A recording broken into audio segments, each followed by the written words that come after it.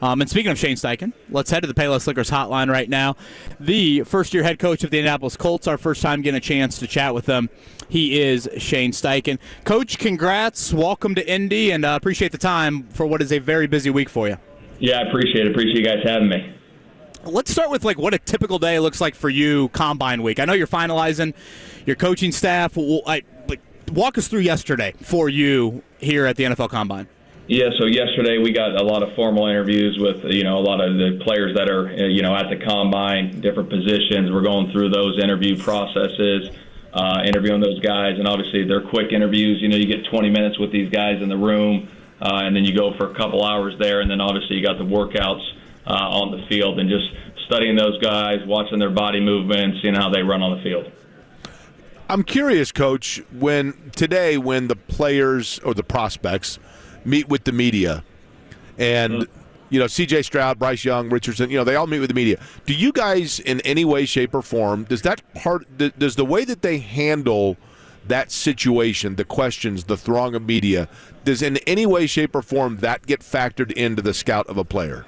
Yeah, I think so. I think you find out a lot about those guys. Any way you can evaluate them, obviously on the field is the biggest thing, as we know, but just how they carry themselves. I mean, especially, the top quarterbacks, when you become, a quarterback, get drafted early in the draft, it's a big responsibility, to lead the charge in any NFL organization. But yeah, how they handle themselves in front of the media, how they are outside the building, how they are inside the building with their players.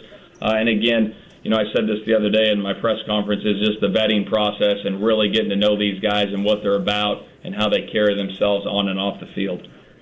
One of the other things you mentioned, and again, Shane Steichen is with us here on the Payless Liquors hotline in that press conference, was you talked about your interview process for assistants, and you used the word grueling. When I think of grueling, I think of working with my co-host Jake here for 15 hours a week. What did you mean by that? I guess can you a little peek behind the curtain? What is a part of a grueling interview process as you build the staff? Well, I think you got to be very detailed with everything you do in this profession. You want to hire the right people. You want to hire really, really good coaches, but you want to hire the best fit as well. From a personality standpoint, how are they going to fit with the staff? How are they going to handle their position? And then really the details of that position, the fundamentals, how they teach the fundamentals, how do you run a meeting, what's your preparation throughout the week, and then really dive into, some things, different positions are different, but like the scheme part of it, how do you scheme during the week, what do you look for, what are tendencies, and then put them through that process on the whiteboard with film study, all those little different things, and try to, turn over every rock to make sure you get that right. Coach, for you personally, I've had we all has had situations in our career where you start a new job, and the way that I always say it when people are like, are you excited for your new job? And I always say, I just can't wait to get to that point where, I'm not sure what day of the week it is, because you're just in a routine. And for you personally, you've hit the ground running. I'm sure it's been a whirlwind. What part of this process for you has been more overwhelming than you thought? Honestly, I've had a vision of what I want to look like. Obviously, building it and hoping for this opportunity. Started to think about it. Obviously, when you become a coordinator, those off seasons, that summertime is really when you start to kind of put together your vision and kind of your first 30 days on the job. What's that going to look like and how you're going to go about it? And obviously, first is getting the staff together and making sure that's right. And then once that gets done, then it's really into the players and the draft process, the free agency, all those little different things that you need to take care of. And so feel good where I'm at right now. Got some good guys in the building. And then once that gets solidified, then it's on to the players. Like any coach, and Shane Steichen's our guest, by the way, on the Payless Liquors hotline. Like any coach in the NFL, by the time you get to head coach, you've taken a circuitous route to get there, both as a player and a coach. When you really stop and think about it, the coach that you have either played for or coached under who has the greatest amount of influence that you find yourself going back to assess situations is who? Is Norv Turner.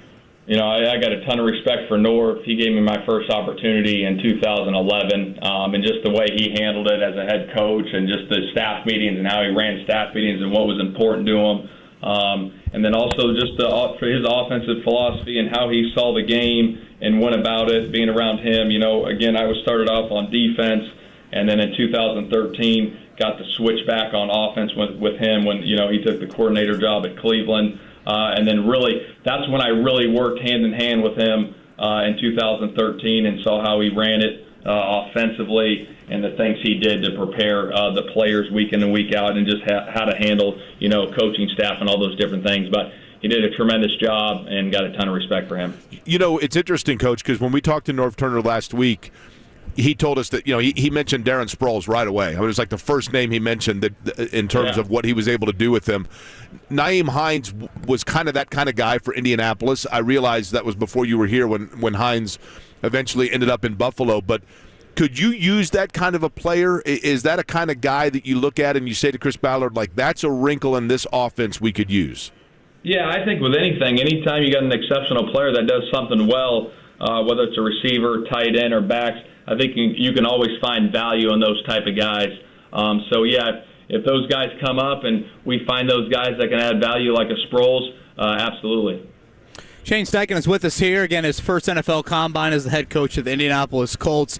Shane, when I think back to your stops in Philly and, I guess, San Diego, L.A., you guys had great skill talent. In your history in the NFL, obviously your quarterback resume speaks for itself, but what have you learned about supporting that quarterback with elite skill? There's no question about that. I think when you can surround, your quarterback with elite skill talent, you can be an explosive offense. So as many pieces that you can put around that guy to make him successful, it's going to make him a better player, the quarterback specifically, but then also just the team. When you got a lot of guys and you can gel that together and create, what the vision that you want it to look like offensively, you can become an explosive offense. We had Nick Sirianni on with us earlier this week, and he obviously was very effusive in his praise for you as a play caller. Do you have any sort of concern about what game days are going to look like for you in calling the plays and managing everything that goes on outside of just the immense responsibilities that come with calling the plays? Yeah, I think that work has got to be done throughout the week, just especially situations that come up in the game so everyone's on the same page. I thought we did a heck of a job in Philly, having our meetings throughout the week. And then we had a big one on Friday after the players were gone and just went through all those situations, into half, into game, third down calls, fourth down calls. We went through all those things. And so I think if you have a detailed plan going into it, you're going to be prepared for those situations on Sunday. But, you got to have a detailed plan, who's speaking, who's talking in certain situations. Is part of that plan someone in the booth that's telling you about challenges and time management? Yeah, again, that's all exactly. There's certain guys that have that responsibility, and we're going to work through all those things this off season and get it figured out exactly how we want to do it. What's the one thing that you look at, Coach?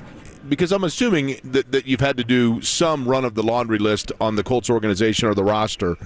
What's the one thing that you feel most needs a jolt from you? Again, I'm not going to get into really specifics. I just think, the vision that I have for this organization, take it day by day and grind it out. And I think, again, we got to be, the biggest thing for me is the consistency part of it. Here's what I believe in. Here's what we got to get done day in and day out. And I think if you have the vision of what you want it to look like and you do it the right way, I think you have a chance to be successful. That was a pretty good try from me, though, wasn't it? I mean, that was decent, wasn't it? That was solid. You tried. Yeah.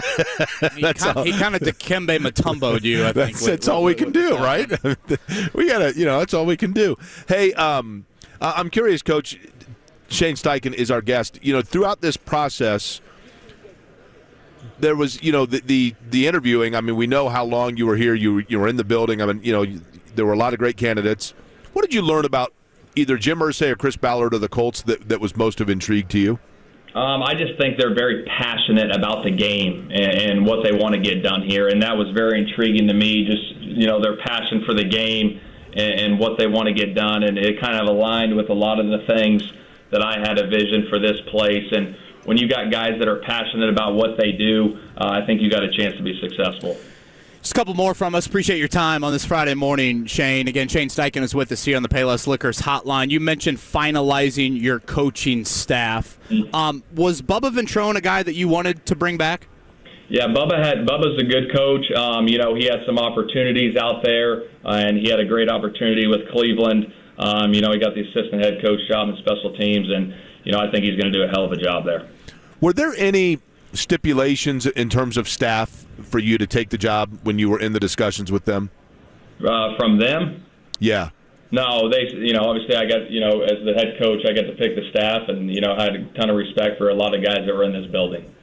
When the quarterbacks, again, Shane Steichen's with us, when the quarterbacks get on the field tomorrow, is there a specific, will you want to be on the field watching them? Do you care that much about throwing in shorts and a T-shirt? What, I guess, are you looking for tomorrow afternoon when the quarterbacks throw? Really just their functional movements, their footwork, their fundamentals is a big thing. And, as many times as you can get eyes on these guys, not just quarterbacks, but all positions, just to see their functional movements and skills, it definitely helps the process. Because obviously when you go through this thing, you want to do as much as you can to see these guys in person, see the different movements, the different skills they have. But again, I said this the other day, it's, the quarterbacks sometimes, they're throwing to these guys that they've never thrown to. So, when they miss a throw here and there, that's not going to be a determining factor, routes on air. Guys are going to miss throws, but really just to see, the arm strength, the accuracy, the footwork, and just see their body movements. Coach, I think what we have talked about on this show, certainly I have, that impresses me about your resume is that you have worked with and really helped flourish quarterbacks of different styles. Do you, from a coaching standpoint, say to yourself, I want a quarterback, which is the bigger priority to you, I guess? Finding a quarterback that is coachable to the style that you would like to see them play, or being adaptable as a coach to coaching the style that they're most comfortable? I think it's the second one, being adaptable, because, all these guys are going to be able to do different things, from whether they're more of a scrambler type or they're more of a pocket passer. You got to look at all those different things and really the success, they've had. Are they winners? A lot of guys that I've been around were winners. They won football games. Jalen, Justin, Phillip were big-time winners. And just really the way they went about their process and getting prepared every week, and how much do they love the game. And that's part of the process that we go through when we're looking at all positions, because there's going to be a lot of talented guys, in this draft, whether it's quarterbacks, wide receivers, running backs, tight ends, DBs, linebackers, D-line. How much do they love it? Are they going to give it everything they got to be the best they can? And I think if you have an opportunity, some of these guys that play for 10-plus years, they all got one thing in common. They love the grind. They love being a part of the grind. And then I think that's what separates a lot of these good players from great players, is how they prepare week in and week out for games. Shane, last one from me. About a month ago on this show, myself, Jake, my co-host, and Mark, our producer, we did a snake draft to pick who we thought the new Colts head coach would be. I was fortunate enough to pick you. The bet was that Mark and Jake would owe me a six-pack of beer, or whoever won would get a six-pack of beer from the other two. Shows you the type of people I work with. We're a month into this. No six-packs of Shane beer. Shane Steichen should pick the beer. Have shown up, and so I will ask you, Shane. Did you get it done already or no? There are no six-packs of beer on the desk of mine. So if you were the one heading into the liquor store near Eagle Creek or 56th Street, what would be the six-pack of beer of choice for Shane Steichen? I'm not a huge beer drinker, to be completely honest, but if I had to pick one, I'd pick a Corona. Nice. Well, nothing wrong with that, right? I had a couple last week in Florida. Corona probably more for the summertime, wintertime. I can tell you, I know a lot of guys drink IPAs. I'm not a big beer drinker, though. I'm with you. IPA though in the summer it's like maple syrup, right? Would you go a glass of wine, or are you going a little liquor? What would be the drink of choice? For me, I'd sip on a thing of bourbon. Okay, nice. Right. I like that. All right, I've got two other real quick questions for you, Coach. The first is this: the most crowded restaurant in Las Vegas, and every UNLV alum from the sports world is waiting to get a table. Larry Johnson, Randall Cunningham, Ickey Woods, and Jerry Tarkanian are waiting outside. Which one gets the table? Gosh, you know what? That's a hard question for me, because I haven't been there in a long time, and there's so many good restaurants there. I really don't have a great answer for you. I'm Spread them all out, right? Because I think there's a lot of good ones. Okay, last one is this. The movie Shane is my dad's all-time favorite movie with Alan Ladd, the old Western. Please tell me you've at least seen it once. You know what? I'm not going to lie either. Have not seen that. Are you familiar with it? Nope. Wow, there you go. There's your homework assignment. That's the first film you've got to watch. You don't have any other film to watch. What's your favorite movie? That's a great question. Shawshank is really high on the list, man. Really high. Great movie. Great movie. One. There's a good one called Grand Canyon that I'm the only person that saw, but that's also – I like to say that's my favorite because then I sound smart. There you go. I love it. What about you? What's your favorite movie? Gosh, there's a lot. I don't know. I don't have a favorite one, to be completely honest either. There's 3 answers I haven't given you in a row. Well, all ball, right? Isn't that how Chris Fowler described Shane Steichen earlier? You want to talk some more football? I'll give you some answers there. It is direct. It is football 24/7, 365. Shane, congrats. What an awesome opportunity. I can imagine what the last few weeks have been like for you, especially this week with your first combine. So appreciate you making time for us on this Friday morning and look forward to future conversations. Of course. Appreciate you guys having me. That's Shane Steichen right there on the Payless Liquors hotline.